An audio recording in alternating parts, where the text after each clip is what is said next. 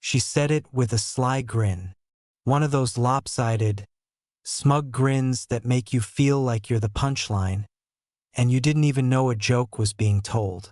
"Sometimes I think about my ex," Lisa said, twirling the last of her Chardonnay as if she were starring in a reality show called Who Can Embarrass Their Husband Quicker. The words didn't just hang in the air. They exploded. I stared at the roast chicken I'd sliced, steam still curling off it like it was oblivious to the shift in the room. The faint tick of the antique wall clock above her shoulder filled the silence. I'd picked that clock up in Vienna years back, when I still thought trips could mend a marriage. I didn't say a word. Lisa leaned back, expecting a reaction. She always craved a reaction. That was her game. Toss out something sharp enough to cut, then act shocked when you bleed on the rug. But this time I gave her nothing. No biting comeback. No shattered glass. No. "Who do you think you are?" Just a napkin, folded neatly beside my plate. I stood slowly, steady, composed, the kind of calm that made even the dog squirm under the table. He glanced at me, ears flicking, like he sensed it. She blinked, thrown off by the quiet. "Oh, come on, Jack. Don't be so dramatic," she said, chuckling as she speared a green bean like it had insulted her. "It's just a joke. God, relax." But it wasn't a joke. You don't jest about still being tangled up with your ex when you're married to a guy who redid your bathroom by hand after your Pinterest obsession turned into a 7-month renovation dream. You don't jest about that when he sold his motorcycle to clear your boutique's debts. You don't jest when he gave up Texas winters to stay in freaking Michigan so you could be near your aging yoga coach. You just don't. I walked to the garage. Not a word. Not a slammed door. Just my hand lingering a moment too long on the doorknob. The metal was cold under my palm, like the silence stretching behind me. She let out a scoff. "Really, you're sulking in the garage now? Grow up, Jackson." But I wasn't sulking. I was recalling the last time she brought up that ex 2 years ago. I just finished wiring the new deck lights she'd chosen. She mentioned it casually, like a memory that tasted better than the steaks I'd grilled. Back then, I brushed it off. Back then, I still tried to win her over. Back then, I didn't know what was hidden in her closet. Tonight wasn't the first blow. It was the last one I'd take. I stepped into the garage and flipped the lights. The Mustang, my Mustang, sat under its black tarp like a dormant beast. 67 GT, midnight blue beneath the cover. The one she called your mistress whenever she wanted to jab me in front of company.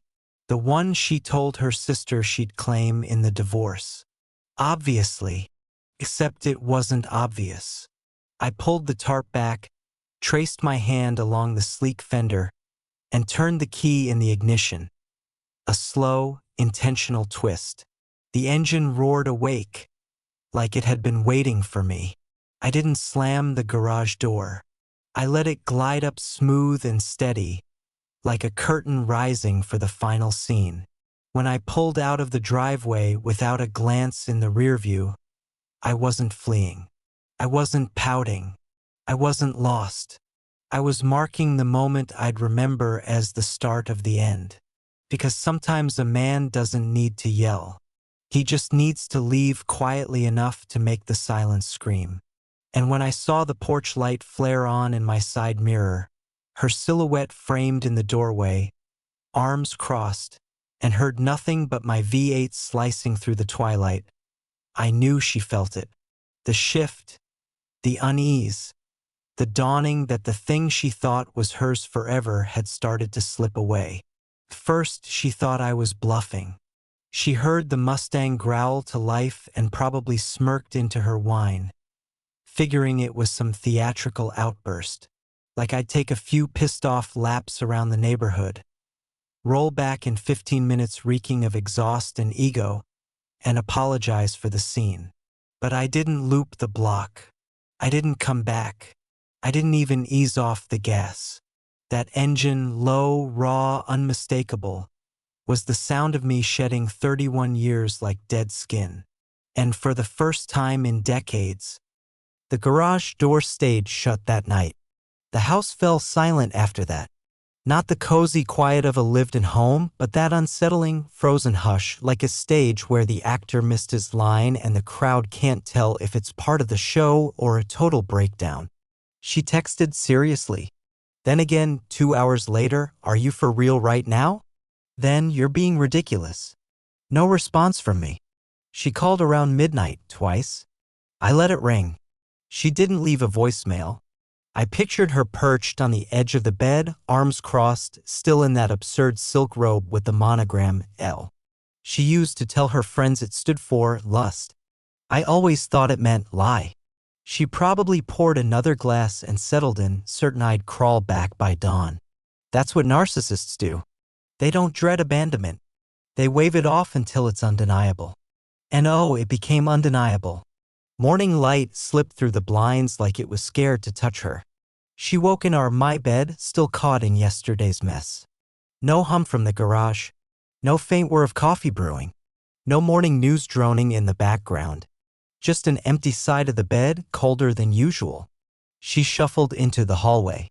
The house looked the same but felt off, the kind of off you get when a window's been left open too long in January and all the warmth has vanished. Then she saw it on the nightstand, her wedding ring. Not tossed, not tucked away, not staged on her pillow like in some melodrama, just there, cold, deliberate. The ring she demanded be white gold because platinum was too flashy. The one I had resized twice because she couldn't settle on her true size. That ring cost me more than the Mustang in dollars and in soul. Now it sat alone like a relic. She picked it up, expecting it to hold some warmth. It didn't. She didn't cry. Not yet. Instead, she marched to the garage empty. Not just to the Mustang of me.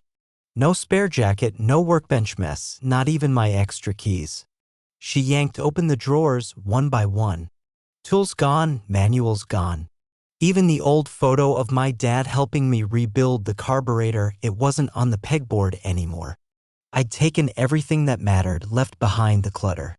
She called my sister, voicemail. She called our daughter, no answer.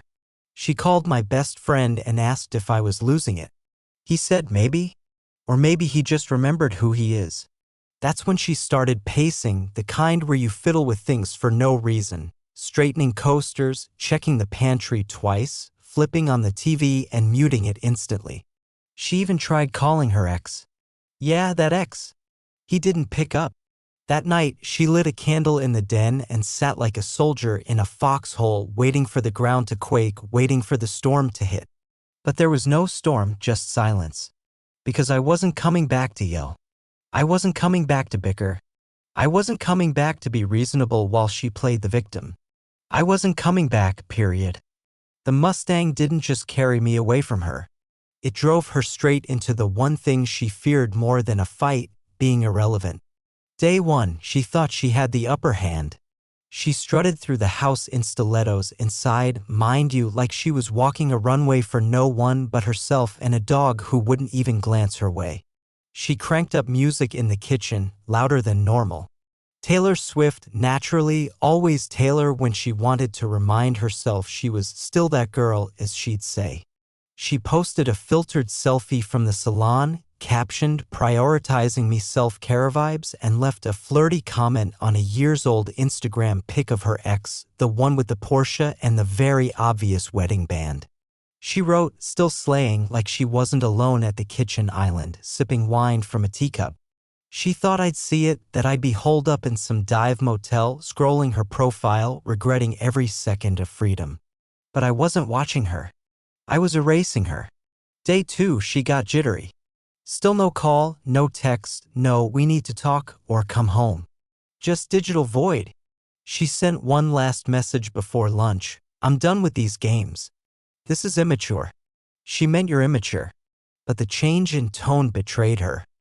That afternoon, she tried to open the safe in the master closet, the heavy gray one I'd bolted to the floor myself a decade ago. It was gone, vanished like it had never been there. She blinked like it had been stolen by aliens, stared at the faint outline in the carpet where it once sat like a phantom limb. She checked the study. The small silver key that always rested in the clay dish by the scanner, gone. Drawer locked. She tugged at it, first thinking it was jammed, then trying to force it. No luck. She grabbed her phone and called her cousin Tara because Tara always said she could do better than me. Tara didn't answer, probably caught up in her own second divorce. So Lisa snatched her designer bag and stormed out to brunch with the girls. She needed a crowd, a cheer squad, at least someone to affirm her martyr status over Bellinis and veiled pity.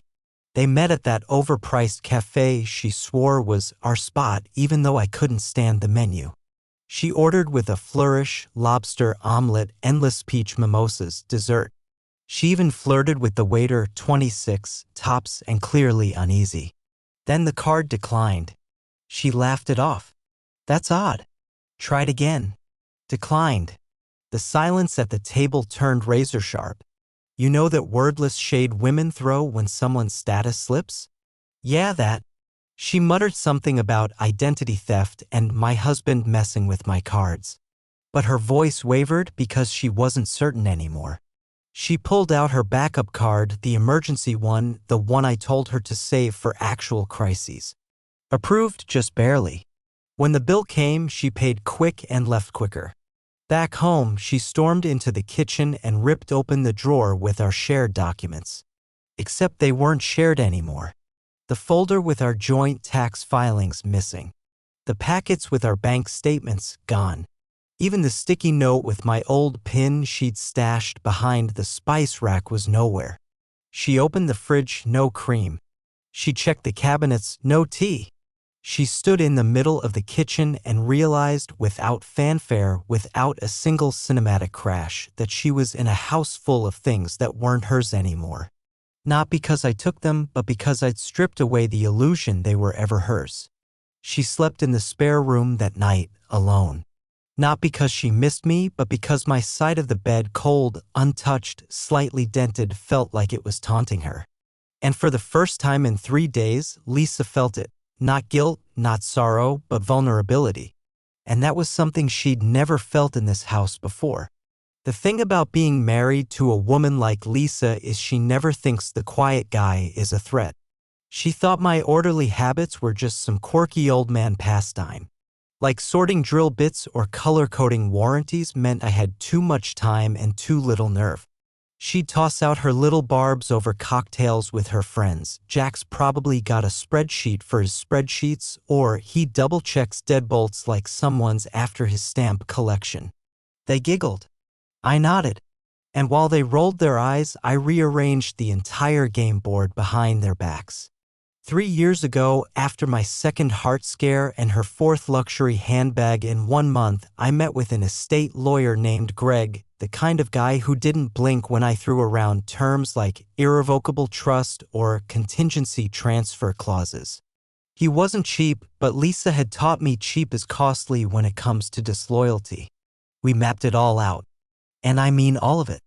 The house, paid off years ago, shifted into a private family trust. Not in my name, not in our name, in my sister Karen's, the one Lisa despised, the one with a law degree and no patience for nonsense. Perfect shield. The Mustang, legally a business asset. I'd set up a shell LLC under my old engineering consulting side gig and logged the restoration as brand development for a fictional blog I never launched. Tax compliant, stamped, ironclad. The cabin in Mackinac, bought under the kids' education trust. Lisa called it doomsday prep. I called it protection. Even our joint savings quietly funneled into a tiered payout system. If I died, she'd get monthly checks. If I lived and divorced her, she'd get a curt letter and a prepaid lift to the nearest motel. Now, in a polished office 30 floors above the city, I sat across from Greg and handed him the file I'd kept in my garage lockbox for 2 years. He opened it without comment. I watched his eyebrows twitch. You ready to pull the trigger on everything? He asked. Activate all clauses, I said, sipping coffee. Effective now. He clicked his pen. The sound snapped like a starter pistol. Within hours, the house deed was flagged for residency audit. The Mustang's title re-registered under the LLC with access limits. The cabin's permissions revoked. Lisa's name was never on any contract or reservation. Her name was scrubbed from every surviving document that still said joint ownership. All mail rerouted. And just for kicks, we lined up a locksmith to rekey all exterior doors Friday at 2 p.m. sharp, right when she'd usually be getting her nails done. Greg looked at me as he slid the final paper across the desk. Most guys wait until they're half gone or divorced to pull this off. You're ahead of the game. I grinned. I'm an engineer. We run risk assessments before takeoff. He laughed, then paused. Does she know? She smirked at dinner and said she dreams about her ex when we're together. He gave a low whistle. That call, he muttered. No, I said standing. Expected call. The bad part was thinking I wasn't paying attention. The elevator ride down was calm. Quiet. I hadn't felt this unburdened since the Bush years. Stepping onto the sidewalk, I checked my phone. 6 missed calls, 4 texts. Where are you at? We gotta talk. Jack, this isn't cute anymore. The last one read, you're being heartless. I stared at it, then locked the screen. I wasn't heartless. I was ready, something she never grasped. She called me obsessive when I got fireproof safes. She mocked my lists, snickered when I said post-nups should be refreshed like software patches. She once told her sister, Jack plans like it's the apocalypse. Who even lives like that? Someone who saw the end coming. Now, standing in the soft buzz of city traffic, I smiled because the bomb had already detonated. She just hadn't felt the shockwave yet. She waited until late afternoon when the sun hit that angle in the kitchen that used to make her feel cozy, domestic, framed like a Pinterest post for fresh muffins and forced grins. But today the light felt off. It highlighted the dust in the air. And Lisa felt like the dust was settling in her own chest. She hated silence. She thrived on noise she could steer, voices she could sway, fights she could win. Jack wasn't giving her that, so she called Ryan. She tapped the screen twice before hitting send like she was practicing which version of herself to play, doting mom, wronged wife, martyr. He answered on the 3rd ring. Hey, Mom. No warmth, just courtesy. Ryan always had that steady, even tone. He got it from Jack. But lately, that calm felt more distant. Hi, honey, she began, voice light. Your dad's been acting strange. Silence. Ryan said nothing. She pushed harder, a touch sharper. He's dodging me. Ignoring calls. Took the Mustang and just vanished. Still nothing. Lisa blinked. Ryan. He finally sighed. He's not dodging you. That stopped her cold. What's that mean? He's getting ready. Now she froze. Even the dog perked up. Ready for what? She asked, her voice cracking on the last word. A long pause, not the kind where someone's thinking, but the kind where they've already decided if you're worth the answer. Then he said it low, final, like a lock clicking shut. I told him what you said last Christmas. Her throat went dry. She gripped the counter's edge like the floor was tilting. What? What are you talking about? But she knew exactly what he meant. Last Christmas, eggnog heavy, firelit.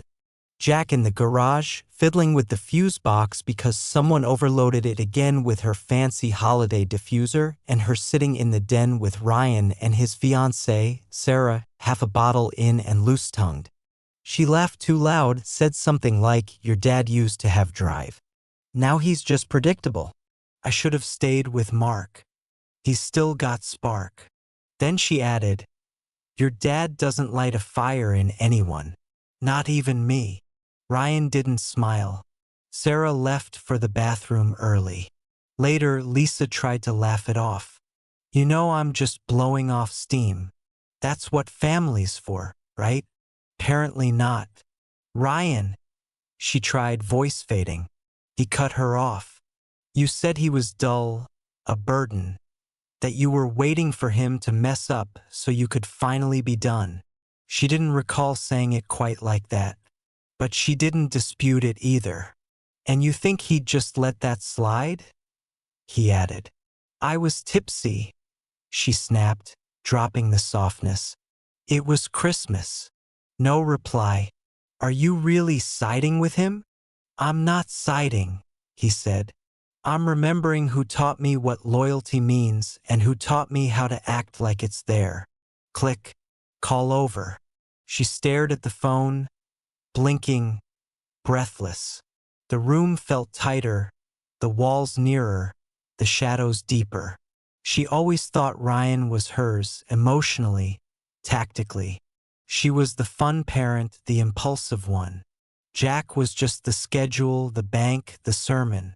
But now, she saw something chilling. Ryan had been observing all those years, all those jabs, the dismissals, the behind-the-back sighs. He wasn't picking sides. He was picking honesty. And honesty was suddenly very inconvenient. She sank onto the barstool and scrolled through her texts. Tried again. Hey, can we talk? Nothing. Please, Ryan. Still nothing. Just silence and her own reflection in the dark screen.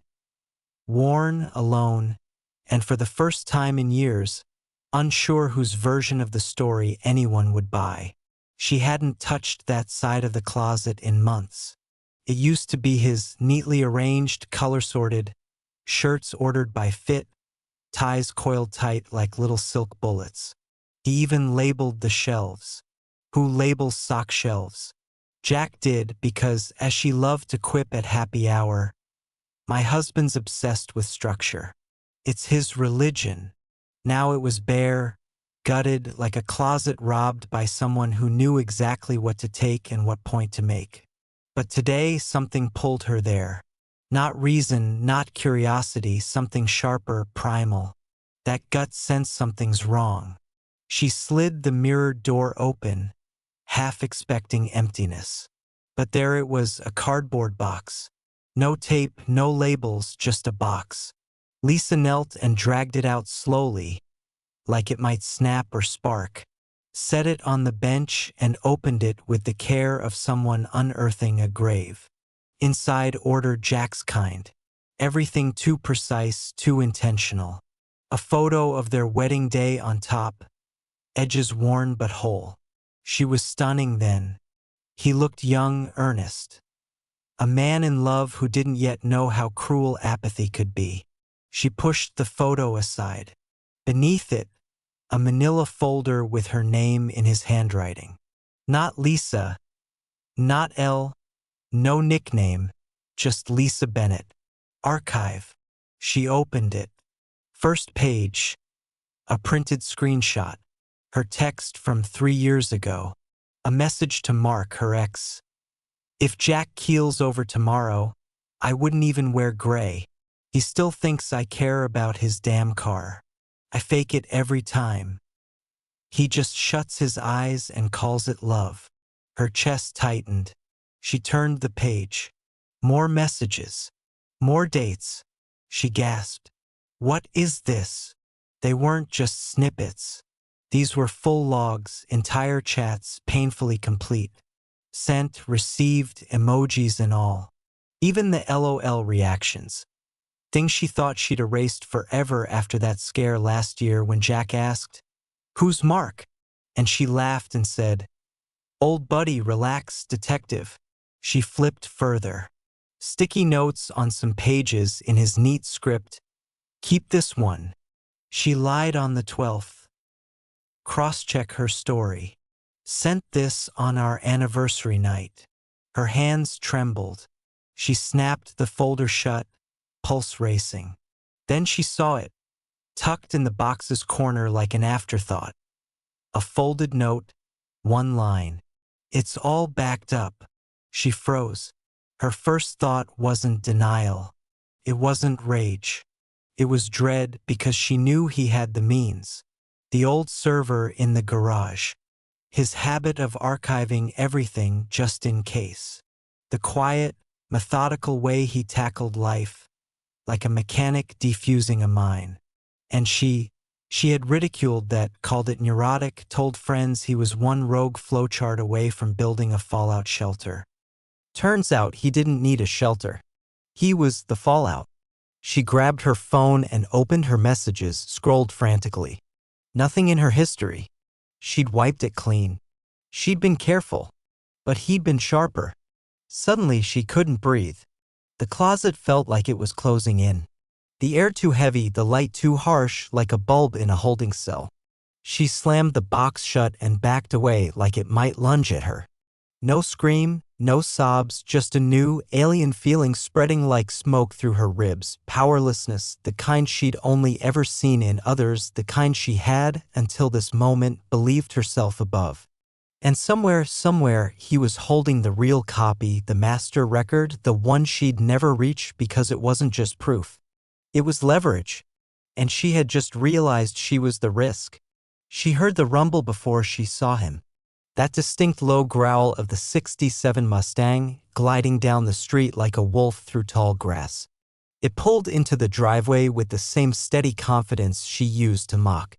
"That thing's your side piece," she'd say. "Too old, too loud, and way too much fuss for what it's worth." Now it was the sound of judgment. Lisa jumped up from the kitchen stool, wine glass clinking against granite. She hadn't heard from him in days. Not a call, not a single reply, not even a typing dot. She stood rooted as the engine died, door clicked, footsteps, the kind of deliberate boots on pavement that sound like they already know their destination. He walked in through the side door. No fanfare, no rage. Jack looked refreshed. Jeans, faded jacket, stubble neat enough to seem effortless. He didn't look at her. Didn't sweep the room like a man bracing for a fight. Just stepped to the kitchen island and placed a manila envelope down, then met her eyes at last. 3 pages, he said. "You'll get it." His voice was steady. Too steady, like a doctor saying, "We took out everything we needed to." She didn't budge. Not right away.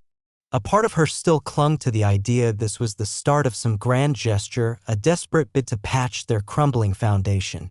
She reached for the envelope, half hoping it held something redeemable. She opened it, pulled out the papers, and the title stopped her cold: Asset Transfer and Sole Ownership Declaration dash. The car, the Mustang.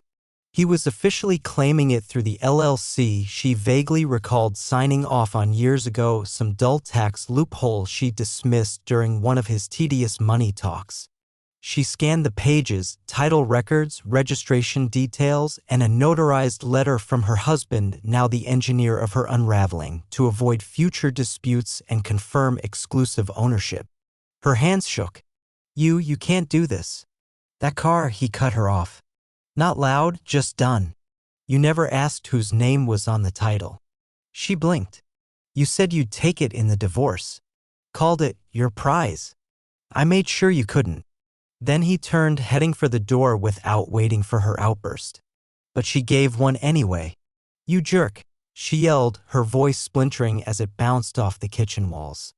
"You arrogant, pitiful jerk. That car was mine. You drove me in it." He didn't pause. Didn't even tense. She chased him to the door, papers crumpled in her fist like they were a death certificate. "Don't you dare walk away, Jack. I'll fight this. You think you can shame me?"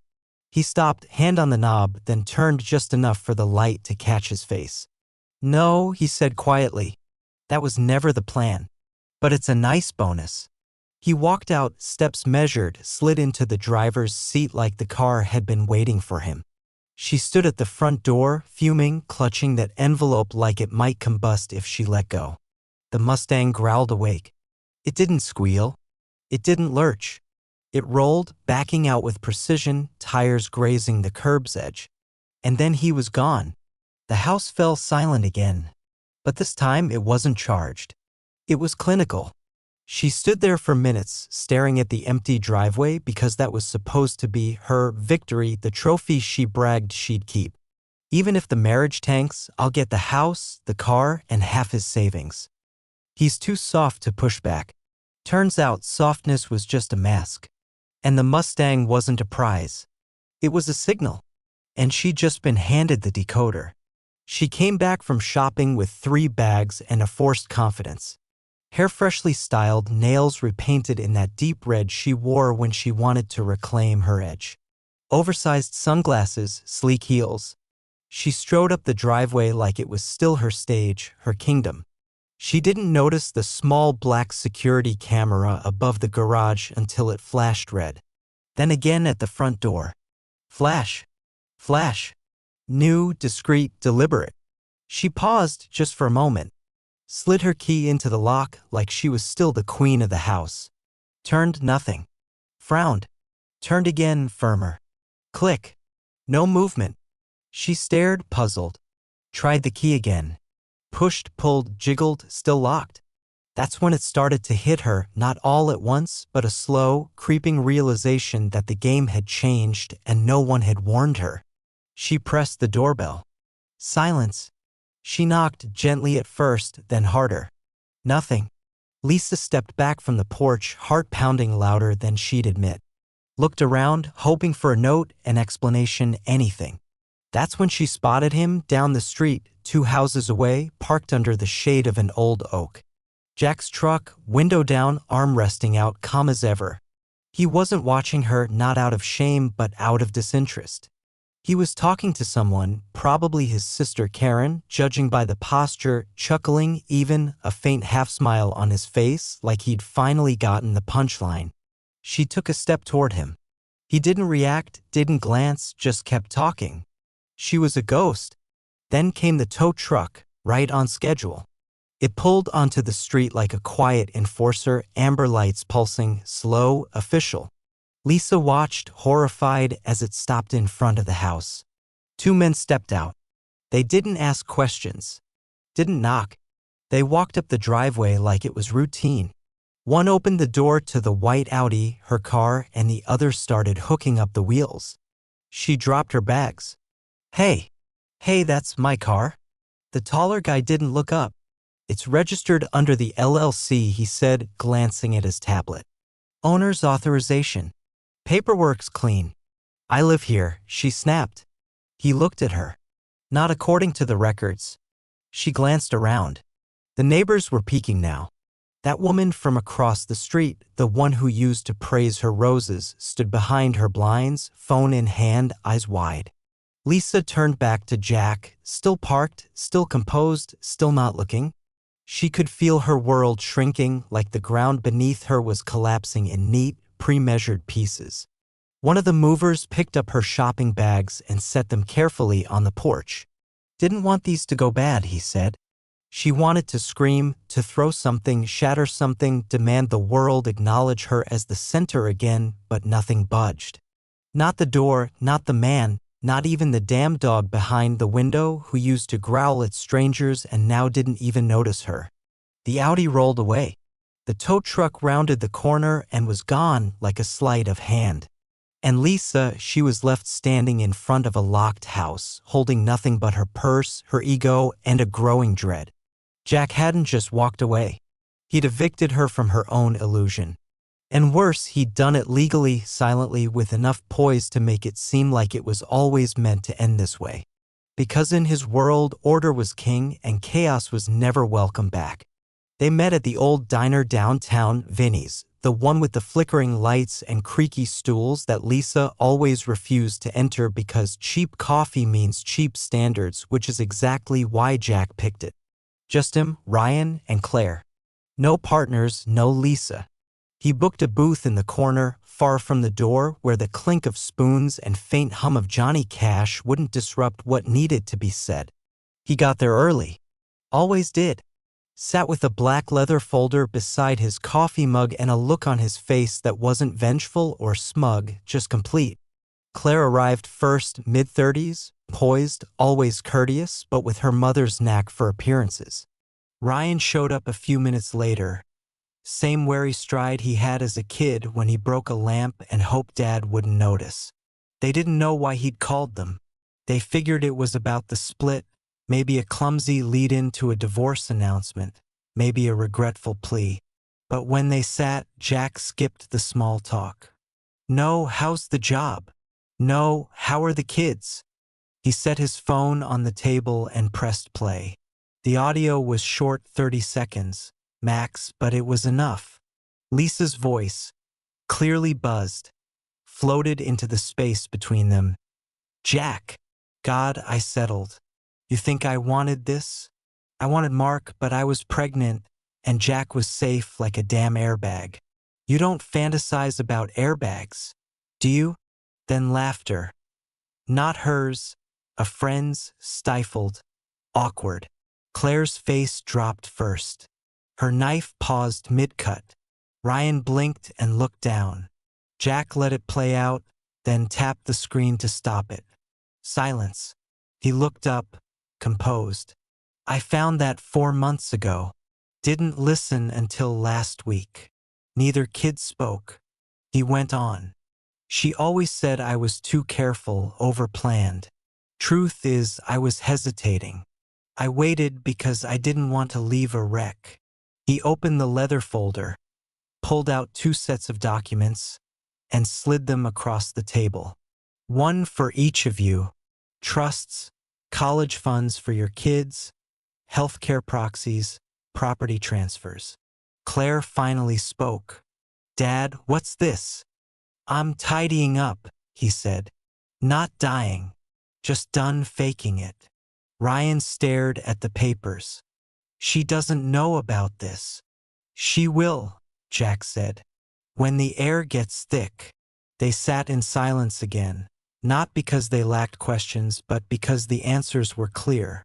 Ryan leaned back, ran a hand through his hair and said, I told you what she said at Christmas. I just didn't think. She meant it, Jack finished. Claire looked away, swallowed hard. She used to call you spineless, said you wouldn't last a month without her. Jack gave a soft, wry chuckle. I believed that once, too. They didn't laugh. They didn't need to, because the shift was already underway. Not loud, not showy, just a quiet realignment of trust. A subtle drift of what the family was versus what it was becoming. When the bill came, Jack paid in cash. Always did, said it kept the numbers straight.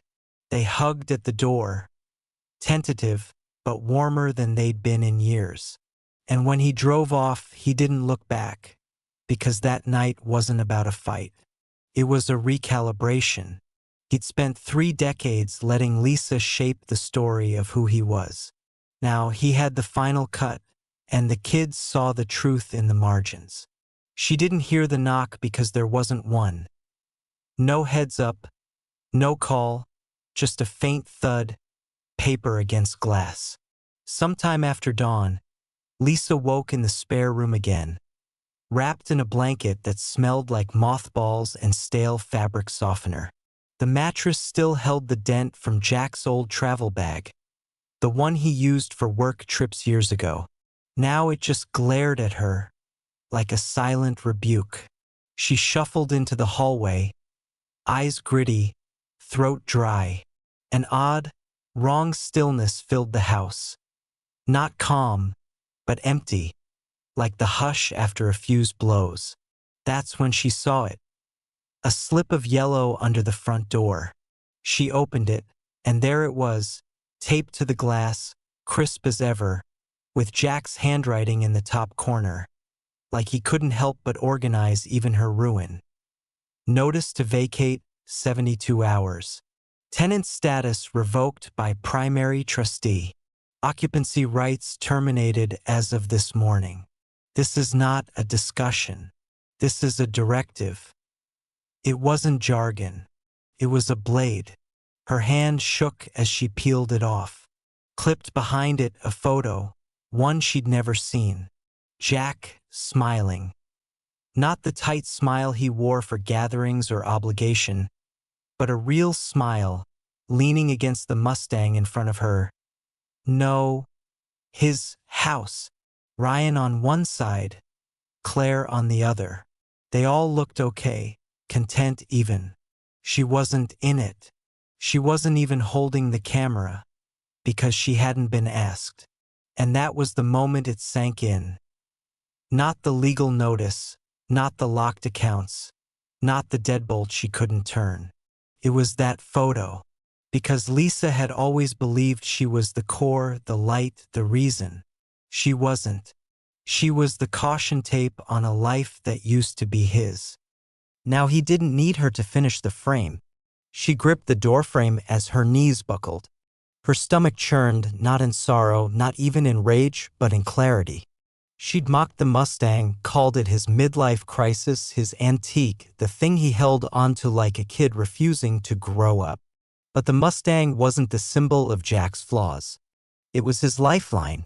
She thought he'd never leave, thought he was too kind, too committed, too damn steadfast. But she never realized that loyalty has an expiration date.